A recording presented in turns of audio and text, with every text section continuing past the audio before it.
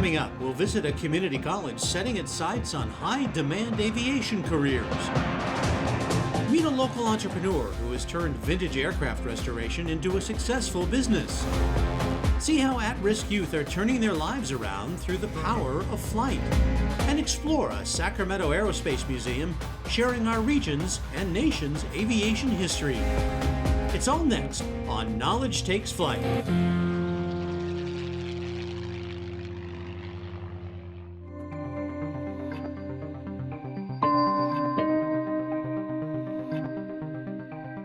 Sacramento International Airport, 11 o'clock, E120, 5,000, do you have in sight? Air traffic controllers may spend their careers with their eyes in the sky, but they start their training on the ground in programs like this one at Sacramento City College. Because you don't know that UPS is going to see Coast Guard. We're one of the few programs in the state. In fact, Sacramento City College is the only aviation program in the northern part of the state. So I've been flying literally my whole entire life. I remember being an unaccompanied minor and being perfectly fine going on the plane by myself. Do you have an insight? Alexis Ford Beckham already has a bachelor's degree in history, but enrolled in the community college's air traffic control program to learn a different skill set. It's something that you don't learn when you're younger, so it's all new information. And it's something that I just drive myself to wanting to know more about it because not a lot of people do know. Runway 16 right, or 10 right? The goal of this program is for the students to come out of here and become controllers. Instructor Sean Tenner teaches his students everything they need to know in order to be accepted to and pass the FAA Academy. Once they pass the FAA's rigorous standards, he says they're on a solid career path. It's a great job. I did it for 27 years and retired at age 46. I've been asked over the years, what makes a person a good candidate to be a controller?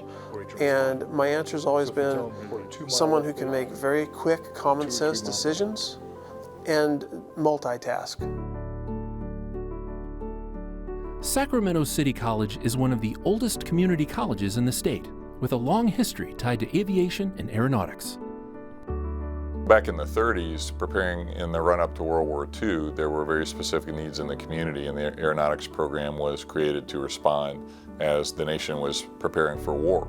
So the program evolved to meet the needs then and has continued to evolve right into the current day. Those current day programs include air traffic control, aircraft maintenance, flight technology, and aircraft dispatch. The aircraft dispatcher program, the best job in aviation that no one knows about. And then look at the Sacramento NOTAMs. Students in Tom Berg's aircraft dispatch class can go on to earn a 1-year certificate or a 2-year degree that will prepare them to pass an FAA exam. An aircraft dispatcher is responsible for all of the pre-flight planning, so that person has a lot of responsibility before the flight. They're also the airline representative that is in constant contact with the flight.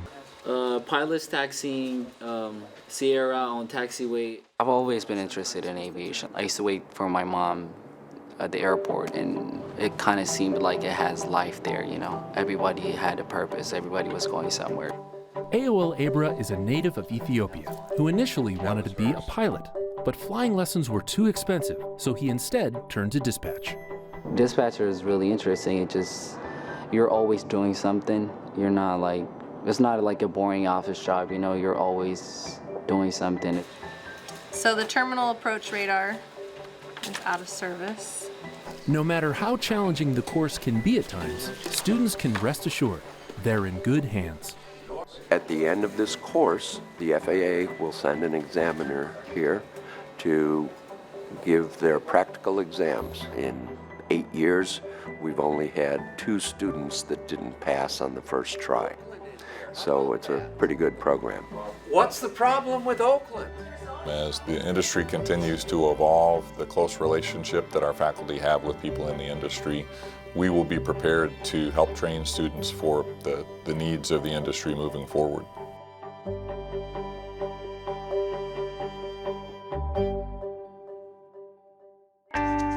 The town of Reedley, near Fresno, is part of a region known for growing fruits and vegetables, but now is growing aviation careers. Jefferson Elementary is the first school in the U.S. where Boeing, the world's largest aerospace company, partnered with the school to provide a flight simulator. Students are learning the basics of flight, geography, math, and team building. The hope is that the students will discover new opportunities leading to careers as pilots, engineers, mechanics, and other aviation-related jobs. Have you ever heard the phrase, choose a job that you love and you will never have to work a day in your life? For many entrepreneurs, that means turning a pastime into a profitable enterprise. Let's meet a Cameron Park man whose passion for restoring World War II warbirds is reaching new heights.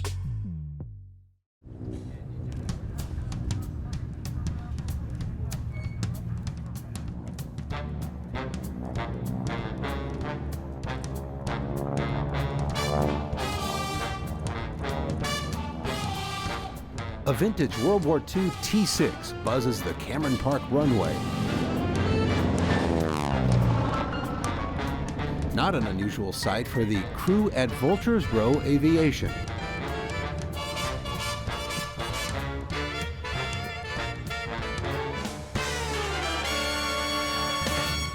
Today they have a special visitor who reminds them of why they do what they do.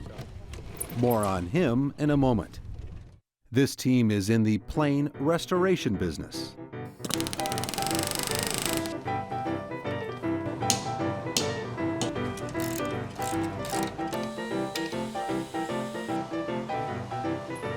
Their large hangar on the edge of the runway is a workshop filled with the tools to bring life to aircraft left for dead decades ago. Have you got that bolt to come loose yet? Right now we're working on the rarest of the rare aircraft. Vultures Row Aviation is the result of a lifetime of fascination with flying for Chuck Wall. There's only a handful of flying examples in the world, and we bring them into the shop, take them apart, and put them back together new. And when I say that, we go to complete ground-up restoration. These are 70-year-old airplanes, and a couple of them have been underwater for 40, 50 years. And so they're in really rough shape. They're not flyable airplanes when they come here. And when they leave, they will be 100% authentic, restored, flyable aircraft. Chuck had already restored 2 airplanes as a hobby when he and his wife Carol started the business in 2010. I retired in 2008 from the FAA. I was an air traffic controller for 25 plus years and sat behind a radar screen and did that for my first, I call it my first life, and this is my afterlife. Is that going to be in the way? No, you won't be going up that high. You're stopped. Oh, it goes up it right goes to here. where your hand is and stops okay. there. We were at a point in our lives, both personally and financially, that it made a lot of sense. With his skills and mine and where we were with growing our own family with our kids, it really seemed like a natural choice, although it was a big leap of faith to start the business and get rolling. Once we got it underway, it made a lot of sense. Because their work is so specialized, word has traveled quickly to vintage aircraft collectors in need of restoration. Today, the team of 13 mechanics is working on a Navy SBD-4 Dauntless used during World War II.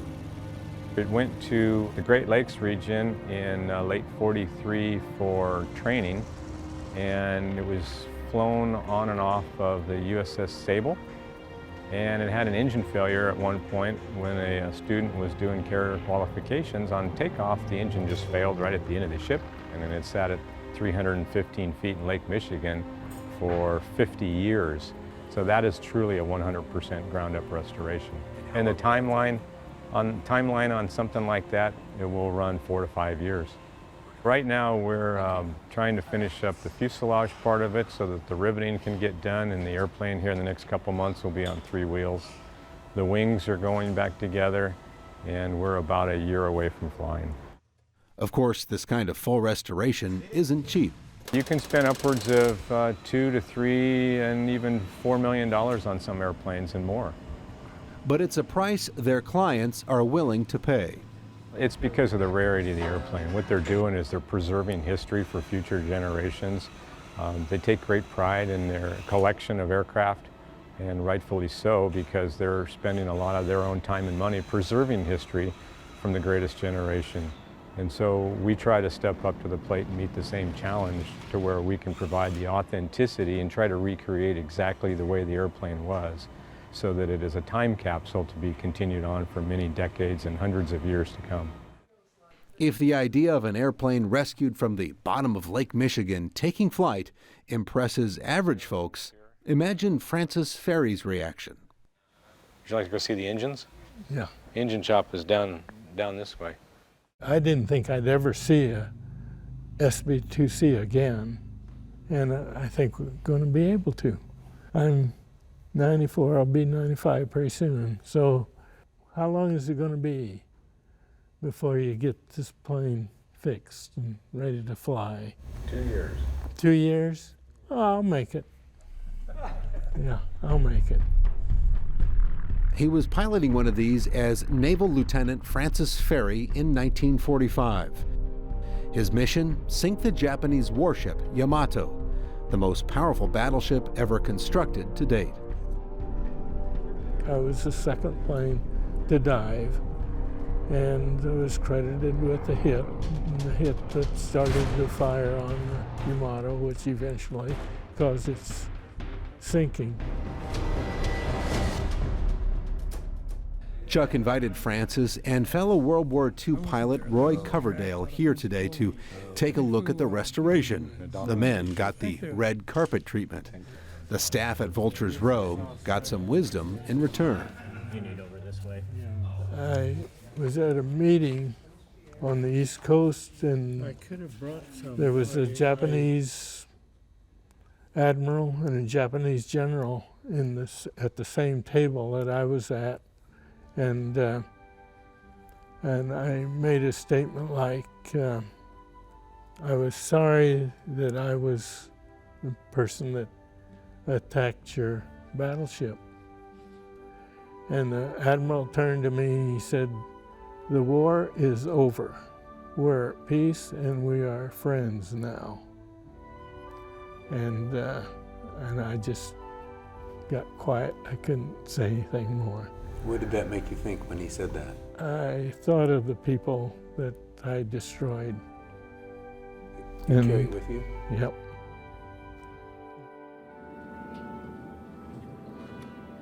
For Chuck Wall, this is the true payoff.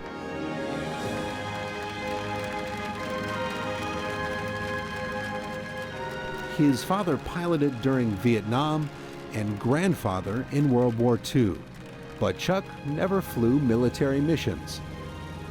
Flying above air shows in formation is as close to battle as he'll ever get. I've been around aviation all my life. I don't really know anything different. I didn't really know it was going to be a successful business. I just jumped in with both feet and swam as hard as I could. And I feel that if you put your life soul into something and you're passionate about it and you're good enough to do it, that you'll succeed at it. And so we tried it, and here we are 4.5 years later, and it seems to be working.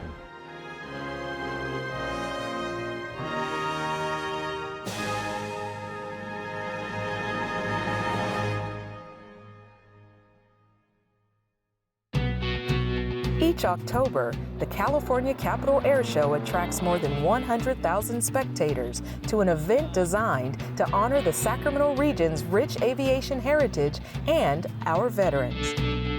The air show at Sacramento's Mather Airport includes performances by aircraft from nearly every era in aeronautic history. Everything from aerobatic solos to warbird formations and precision aerial demonstrations by military squadrons. The California Capitol Air Show also gives back to the community through annual scholarships, charitable group donations, and youth education programs.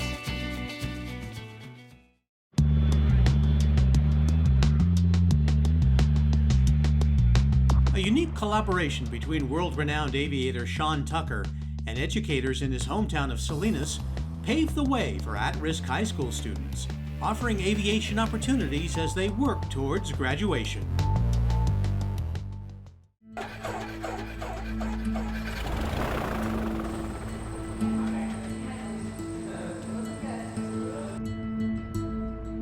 I'm a flight instructor for the Bob Hoover Academy. They're fragile students. Some of them can have a lot of trouble at home. Their environment is not necessarily good. The main purpose of the program is to get the children through high school, not necessarily make pilots out of them. Clear!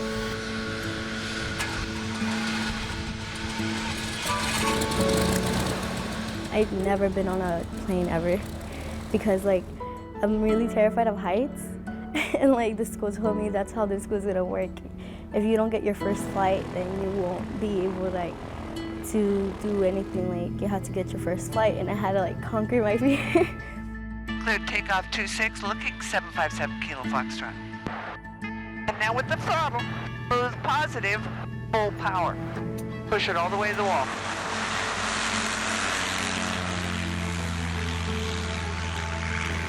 When you're up there, you feel free, like a bird, you know?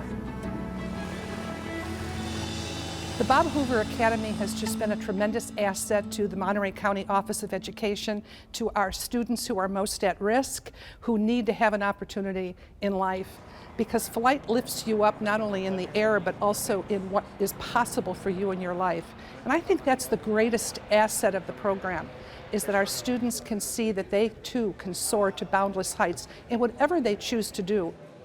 A wise old man told me a long time ago, no matter how rich you are, famous you are, you're not relevant unless you're giving back. And this is my way of giving back. My name is Sean D. Tecker, and I fly upside down for a living. I travel across North America and perform in front of about 6 million people a year. I tumble and flip and twirl through the sky, and in the third dimension, I fall backwards for 800-900 feet under control, recover, and I provide thrills. Salinas is my hometown. This is where I'm from. I'm very proud of this community. Such a beautiful valley. It's so lush. There's so much abundance here. But we do have an issue, and it's called gangs. If you want to become someone in life, you have to be a known gang member. So that's what I got into the path. I wanted to be known as a gang member, nothing but gangs. You know, gangs are very seductive. You know, it's a community, and it's a safe place, and it's cool. This is more seductive. And I found out about this opportunity. At first I was like, okay, this is gonna be hard. I don't want to be doing this. But then I told myself that if I change my attitude and I change the way I think, I can be able to be flying. Every time I go up in the air and I look down, I tell myself, wow, I can't believe I'm really actually flying. Department of Education, Monterey County, has courage. This is an out-of-the-box program. We're actually teaching kids younger than 18 to fly and let them solo an airplane. That takes courage to take that risk. So I fund this. I fund only the flight program. I've partnered with them, and I have to go raise money. And this can be replicated in other communities, but it's got to be a partnership. Your first job as the pilot in command is fly the airplane. First thing in an emergency is get your best glide. The program is very structured, and so the students have to go from one level to the next level, and as they proceed through the program, there's a process of formation that's actually occurring in their lives. They're learning that they can accomplish great things if they have the commitment and the perseverance, and they follow through. They learn about systems of the airplane, they learn about the 4 forces of flight, they learn how to do a pre-flight, they learn the controls. Then we get in the airplane, go out there and work what we talked about. And then we come home and talk about what we did and how we could make it better next time.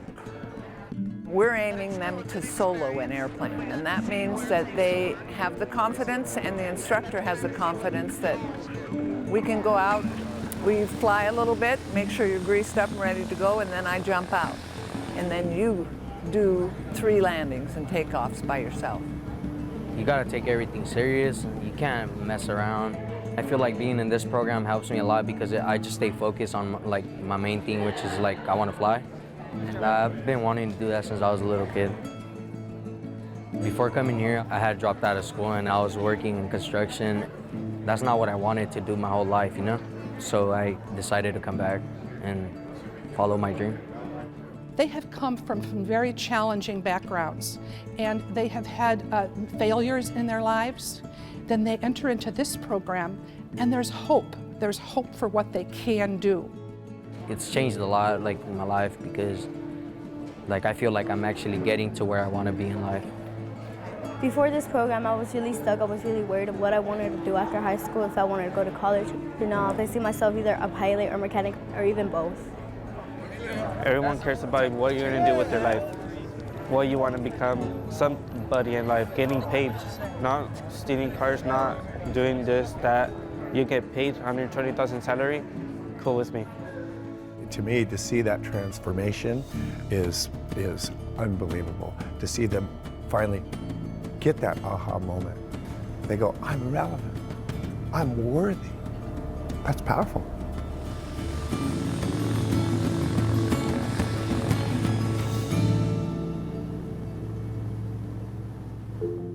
The Bob Hoover Academy is named after Bob Hoover, the famous airshow pilot who flew until his retirement in the 1990s. Students at the Academy work toward a high school diploma while also learning to fly. The core curriculum ties into aviation through lessons in history, aeroscience, engineering, math, and English. Sacramento's Aerospace Museum of California not only provides visitors a chance to explore our region's and nation's aviation history, it also gives students a hands-on experience that inspires them to pursue greater learning in school subjects like science, technology, engineering, and math.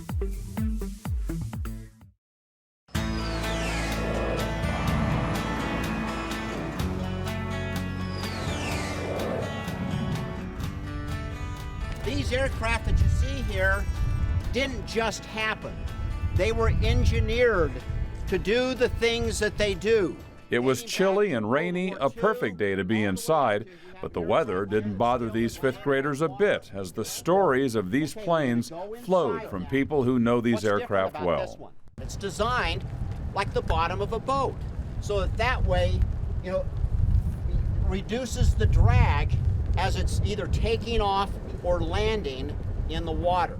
The Aerospace Museum of California is a few miles northeast of Sacramento, and the ex-pilots and aviation buffs who lead these tours embrace the museum's mission of connecting the history of these planes to modern-day realities. We want to bring STEM alive, science, technology, engineering, and math. Just about everybody's got some type of a smartphone in their pocket, and that didn't happen by magic.